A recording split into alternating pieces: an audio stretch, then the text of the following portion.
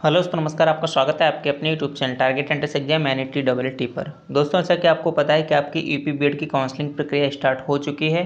किस प्रकार से काउंसलिंग होनी है वो हमने आपको पहले ही बता दिया, आज फिर से बता देंगे। इस पूरी वीडियो में आपको हम बताएंगे कैसे आपको काउंसलिंग करनी है, कब किस डेट पर आपकी काउंसलिंग होगी, ठीक। और अगर आपको काउंसलिंग करानी चाहिए या नहीं करानी चाहिए उसके बारे में भी यहाँ पर हम आपको पूरा बताएंगे, ठीक है।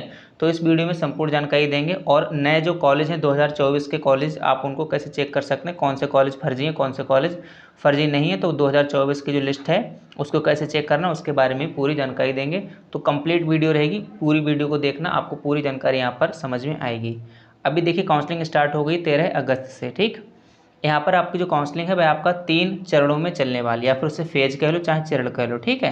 3 चरणों में काउंसलिंग चलेगी आपका, जिसमें पहला चरण होगा और दूसरा चरण होगा और आपका तीसरा चरण होगा, ठीक है। पहले चरण में किन लोगों को काउंसलिंग करानी है, जिनकी स्टेट रैंक, देखिए आपका रिजल्ट आया है, आपके रिजल्ट में 2 प्रकार की रैंक लिखी हैं, ठीक। एक आपका स्टेट रैंक, और जो ओबीसी कैटेगरी के हैं या फिर जो भी एससी कैटेगरी के हैं या एसटी कैटेगरी के, उनके में कैटेगरी रैंक भी लिखी होगी। जो जनरल कैटेगरी के छात्र हैं उनमें नहीं लिखी होगी, या जो अदर स्टेट के उसमें भी नहीं लिखी होगी। तो जो काउंसलिंग आपकी होती है वो सिर्फ और सिर्फ स्टेट रैंक से होती है, उस कैटेगरी रैंक से आपको कोई मतलब नहीं है। तो अगर आपकी स्टेट रैंक 1 से लेकर 75,000 के बीच में है तब आपको रजिस्ट्रेशन करना है। कब से कब करना है, 13 तारीख से लेकर आप लोग जो है 19 अगस्त तक किसी भी दिन आप रजिस्ट्रेशन कर सकते हैं। ऐसा बिल्कुल भी नहीं है कि आप सोच रहे हो कि अगर मैंने मान लो 15 तारीख को रजिस्ट्रेशन किया, किसी व्यक्ति ने 18 को रजिस्ट्रेशन किया तो उसको वो कॉलेज पहले मिल जाएगा। ऐसा बिल्कुल नहीं। आप 13 तारीख से लेकर 19 तारीख तक कभी भी आप लोग जो है रजिस्ट्रेशन कर सकते हैं और चॉइस फिलिंग कर सकते हैं। सारा काम ऑनलाइन होगा, पूरी प्रक्रिया ऑनलाइन है, आपको कहीं भी नहीं जाना पड़ेगा काउंसलिंग के लिए, पूरी प्रक्रिया आपकी ऑनलाइन ही होती है। तो यहाँ पर आप क्या करेंगे, देखिए रजिस्ट्रेशन करेंगे 13 से लेकर यहाँ पर आपका 19 तारीख तक। उसमें आप क्या करेंगे, फिर चॉइस फिलिंग करेंगे, ठीक है। चॉइस फिलिंग आपकी कब से स्टार्ट होगी, ये आपकी 14 अगस्त से, यानी कि 13 को आप सिर्फ रजिस्ट्रेशन कर पाएंगे और 14 से लेकर 19 तक रजिस्ट्रेशन और चॉइस फिलिंग दोनों कर पाएंगे। यानी अगर आपने 13 को रजिस्ट्रेशन नहीं कराया है तो आप 14 को भी कर सकते हैं, 15 को भी, 16, 17, 18, 19 को भी कर सकते हैं, साथ ही साथ चॉइस फिलिंग भी कर सकते हैं। चॉइस फिलिंग क्या होती है, चॉइस फिलिंग में आपको जो है कॉलेज चूज करने होते हैं। आप कितने भी कॉलेज चूज कर सकते हैं। आप कोशिश करिए कि जितने भी आपको गवर्नमेंट कॉलेज दिख रहे हैं सारे के सारे गवर्नमेंट, प्लस सारे के सारे आपको एडेड कॉलेज जो है इसमें चूज कर लेना है। प्लस अगर आप कोई प्राइवेट कॉलेज चाहते हैं तो आप उनको भी इसमें जो है चूज कर लीजिएगा। मान लीजिए आपने 15 कॉलेज यहाँ पर सिलेक्ट किए और उसमें से आपको, फिर यहाँ पर देखिए 20 तारीख है, इसमें भी आप चॉइस फिलिंग कर सकते हैं, लेकिन 20 तारीख को आप रजिस्ट्रेशन नहीं कर पाएंगे, ठीक है। तो मान लीजिए अगर आपने 15 कॉलेज यहाँ पर चूज़ किए तो उसके बाद होता है फिर सीट अलॉटमेंट रिजल्ट, जो कि 21 अगस्त को आएगा पहले चरण वाले लोगों के लिए, ठीक है। तो 21 अगस्त को आपको पता लगेगा कि आपको कौन सा कॉलेज मिला है जो आपने 15 चूज़ किए हैं उनमें से। अगर आपको इसमें से कोई भी कॉलेज नहीं मिलता है तो आपने यहाँ पर जो फ़ीस देंगे आप 5,750 रुपये, जिसमें से 750 रुपये काउंसलिंग फ़ीस रहेगी और 5,000 रुपये आपका जो है ये आपके एडवांस कॉलेज की फ़ीस रहेगी। तो अगर आपको कोई भी कॉलेज अलॉट नहीं होता है तो आपके 5,000 रुपये वापस हो जाएंगे। जो 750 रुपये फ़ीस है वो आपकी नॉन रिफंडेबल है, वो वापस नहीं होती है। तो आपके जो 5,000 रुपये आपके वापस हो जाएंगे। लेकिन ध्यान रखिएगा ये तुरंत वापस नहीं आते हैं, इनको आने में कई बार 3 से 4 महीने या फिर 2 महीने तो लग ही जाते हैं। अभी पैसे किस अकाउंट में आएंगे, तो आप जब काउंसलिंग करेंगे, रजिस्ट्रेशन करेंगे, वहाँ पर आपको एक बैंक अकाउंट मांगा जाएगा। वो आप अपना खुद का खाता दे सकते हैं या फिर अपने माता या पिता का, ठीक। 3 लोगों में से किसी का भी आप खाता दे सकते हैं। जनधन खाता नहीं होना चाहिए क्योंकि उसमें लिमिट होती है। तो जनधन खाता नहीं हो, बाकी कोई सा भी आप खाता वहाँ पर दे सकते हैं, वहाँ पर आपके पैसे वापस आ जाएंगे। अब मान लीजिए यहाँ पर आपने 15 कॉलेज सेलेक्ट किए, उनमें से कोई भी आपको एक कॉलेज मिल गया है, लेकिन आपको उस कॉलेज में एडमिशन नहीं लेना है। अगर आप उस कॉलेज में एडमिशन नहीं लेते हैं, आपको जो भी कॉलेज मिला है, तो फिर आपके जो 5,000 रुपये हैं वो आपके वापस नहीं होंगे, ठीक है। ऐसी स्थिति में आपके रुपए वापस नहीं होंगे। तो ये आप जो है ध्यान रखिएगा। इसलिए आप कोशिश करिएगा ज़्यादा से ज़्यादा कॉलेज चूज़ करें जिसमें से आपको कोई ना कोई एक कॉलेज मिल जाए, ठीक। अगर नहीं मिलता है तो फिर आपके पैसे वापस आ जाएंगे। और ऐसे कॉलेज चूज़ करना जिनमें आप एडमिशन ले सको। कोई भी ऐसा कॉलेज उसमें चूज़ मत करना जहाँ आप एडमिशन नहीं लेना चाहते हो, क्योंकि अगर आपको वो कॉलेज मिल गया तो फिर आपको जो है वहाँ पर एडमिशन लेना पड़ेगा, और अगर आप नहीं लेते तो आपके 5,000 रुपये बेकार चले जाएंगे, ठीक। अब मान लीजिए आपको कोई कॉलेज मिल गया तो फिर यहाँ पर सीट अलॉटमेंट के बाद 22 तारीख से लेकर 24 तारीख तक 3 दिन का आपके पास समय रहेगा। अगर फ़ीस मान लीजिए कॉलेज की 5,000 से ऊपर है तो आपको जो है ये वाले जो 5,000 रुपये वो उसी में लग जाएंगे जो आपने एडवांस दे दिए। उसके ऊपर जो भी फीस होगी वो आपको यहाँ पर जमा करनी पड़ेगी इन 3 दिनों में। जमा करने के बाद यहाँ पर आपका अलॉटमेंट लेटर डाउनलोड होगा। ये अलॉटमेंट लेटर आपको अपने कॉलेज में जाना है जहाँ पर भी आपका एडमिशन होगा, ठीक। तो अलॉटमेंट लेटर तभी डाउनलोड होगा जब आप जो है फ़ीस पेमेंट कर देंगे, जो भी आपको कॉलेज मिला होगा उसकी बची हुई फ़ीस पेमेंट कर देंगे। अगर कोई ऐसा गवर्नमेंट कॉलेज जिसकी फ़ीस 5,000 से कम है, मान लीजिए 3,000 रुपये है, तो जो 2,000 रुपये बचे हुए हैं वो आपके खाते में वापस भेज दिए जाएंगे जो आपने खाता वहाँ पर यूज किया है। ये प्रक्रिया चलेगी जो है पहले चरण तक यानी 1 से लेकर 75,000 तक। इनकी प्रक्रिया 13 से लेकर 24 अगस्त तक यहाँ पर पूरी हो जाएगी, ठीक। तो मैं आपको ये राय दूंगा जो लोग पहले चरण में फंस रहे हैं 1 से 75,000 रैंक तक के, वो सभी छात्र जो है अपनी काउंसलिंग कराएं। काउंसलिंग में ज़्यादा से ज़्यादा कॉलेज चूज करें, इसको उनको कॉलेज मिलने के पूरे चांस रहें, ठीक। तो पहले चरण में यानी कि जिनके रैंक 1 से 75,000 तक है वो सभी छात्र जो कोशिश करें कि काउंसलिंग जो है करा लें, ठीक है। अगर 75,000 तक नहीं तो 1 से लेकर 40,000 तक रैंक वाले साथी तो जो है सभी काउंसलिंग करा ही लें, ठीक। यहाँ पर फेज़ 2 चालू होगा जो कि फेज़ सेकंड में आपका रैंक कहाँ से स्टार्ट होगी 75,001 से लेकर, यानी कि इसके आगे 75,001 से लेकर उसके ऊपर आपके जितने भी रैंक हो, ठीक है। चाहे आपके 3 लाख 4 लाख इतनी रैंक होगी नहीं, क्योंकि यहाँ पर 2 लाख बच्चों ने ये फॉर्म जो है परीक्षा दी थी, जिसमें से 1,93,000 आपकी जो है मैक्सिमम रैंक हो सकती है।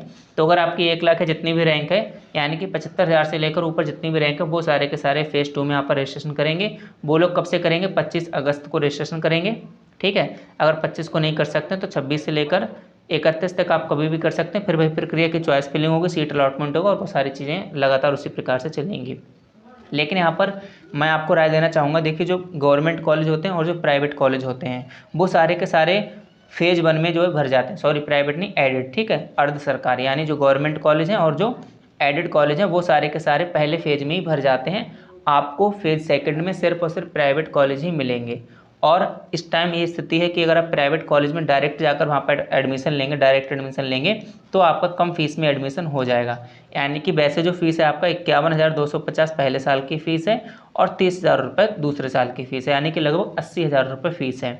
लेकिन अगर आप डायरेक्ट एडमिशन जाते हैं तो आप अपने अकॉर्डिंग वहाँ पर एडमिशन ले सकते हैं। कितना भी अच्छा कॉलेज होगा तो भी आपको 60,000 रुपये में एडमिशन वो जो है दे देंगे, वरना आपको 40 से लेकर 60,000 के बीच में आपको एडमिशन मिल जाएगा, ठीक है। दोनों साल की ये फ़ीस हम आपको जोड़कर बता रहे हैं। तो बेहतर है जिनका भी फेज़ फर्स्ट में आ रहा है वो लोग काउंसलिंग कराएं।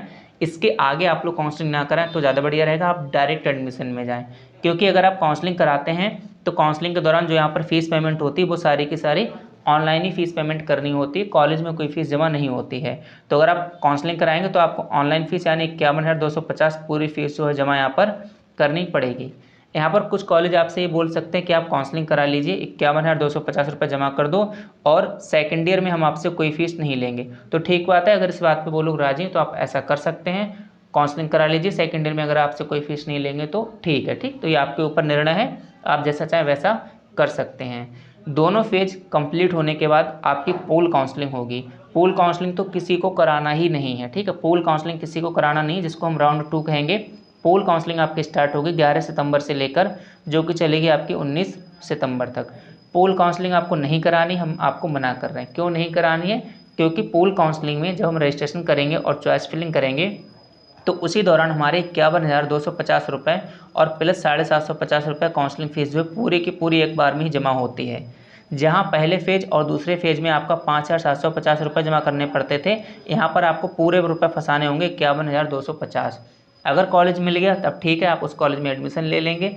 अगर आपको कॉलेज नहीं मिला तो आपके 51,250 रुपये हैं ये आपके जो है उसी खाते में वापस आ जाएंगे। लेकिन इनको वापस आने में जैसे कि मैंने कहा है 2 से 4 महीने लगते हैं, तो इतना रुपये आपके लिए फंसाना बिल्कुल भी ठीक नहीं रहेगा। पूल काउंसलिंग में फ़िलहाल ऐसे छात्र भाग लेते हैं जिनको किसी भी फेज़ में कोई भी एडमिशन नहीं मिला या फिर किसी भी फेज़ में उन्होंने रजिस्ट्रेशन नहीं किया। सभी के सभी छात्र पूल काउंसलिंग में पार्टिसिपेट कर सकते हैं। जिनको कुछ भी रैंक मिली हो, 1 से लेकर जितनी आपकी रैंक हो, सभी लोग पार्टिसिपेट कर सकते हैं। लेकिन मैं आपको राय नहीं दूंगा, आप लोग पूल काउंसलिंग मत कराइएगा, इसमें आपको पूरी फीस जमा करनी पड़ती है, ठीक है। तो अब आपके काम की बात कि आपको एडमिशन कब लेना चाहिए। अगर आप कम फीस में एडमिशन चाहते हैं तो आप डायरेक्ट एडमिशन जाइएगा, जो कि यूनिवर्सिटी अपनी तरफ से अलाउ करती है डायरेक्ट एडमिशन के लिए, जो कि स्टार्ट होंगे 20 सितंबर से लेकर 28 सितंबर तक, ठीक है। 20 से लेकर 28 तक आप कभी भी किसी भी कॉलेज में जाकर एडमिशन ले सकते हैं। जहाँ पर भी सीट्स खाली वहाँ पर आप एडमिशन ले सकते हैं। करीब मानकर चलिएगा 2,10,000 सीट्स होती हैं और यहाँ पर जो स्टूडेंट्स हैं वह 1,90,000 के आसपास होंगे। उनमें से भी कुछ लोग हो सकता है बीटीसी करें तो वो एडमिशन वहाँ पर नहीं होंगे। तो नंबर ऑफ सीट्स अच्छी खासी हैं, उसकी आप टेंशन मत लीजिएगा। ठीक, अगर कोई ऐसा कह रहा है कि सीट्स भर जाएंगी तो बिल्कुल नहीं, सीट्स खाली रहती हैं। तो यहाँ पर आप लोग जो है 20 से लेकर 28 तक डायरेक्ट एडमिशन लीजिएगा। लेकिन ये एडमिशन उन्हीं के होंगे जिन लोगों ने बीएड एंट्रेंस एग्जाम दिया हो। ठीक है, जिन लोगों ने यूपी वाला बीएड एंट्रेंस एग्जाम दिया हुआ है सिर्फ उन्हीं लोगों के एडमिशन होंगे, बाकी किसी लोगों के एडमिशन यहाँ पर नहीं होंगे। ठीक, काफ़ी लोग आपसे ऐसा भी कह रहे हो कि अगर आपने बीएड प्रवेश परीक्षा नहीं दी है तो भी आप हमारे यहाँ आ जाइए, एडमिशन ले लीजिएगा। तो बिल्कुल भी आप ऐसा मत करिए, यूनिवर्सिटी ने मना कर दिया। गाइडलाइंस मैंने पूरी पढ़ी है, उसमें लिखा हुआ हर साल की तरह इस साल भी जो है एडमिशन उन्हीं का होगा जिन लोगों ने प्रवेश परीक्षा दी हुई है। रैंक कुछ भी उससे कोई मतलब नहीं, लेकिन आपने प्रवेश परीक्षा दी हुई हो तो मेरे हिसाब से आप लोग जो है जो आपका ये डायरेक्ट एडमिशन है आप इसमें एडमिशन लीजिएगा। बाकी जिनकी रैंक 1 से 40,000 तक है या 1 से 75,000 तक है वो लोग पहले फेज में रजिस्ट्रेशन करा के काउंसलिंग करा सकते हैं। इसके अलावा कोई भी आपको हेल्प चाहिए हो तो आप हमें नीचे कमेंट बॉक्स में कमेंट करिएगा, हम वहाँ पर आपकी पूरी हेल्प करेंगे।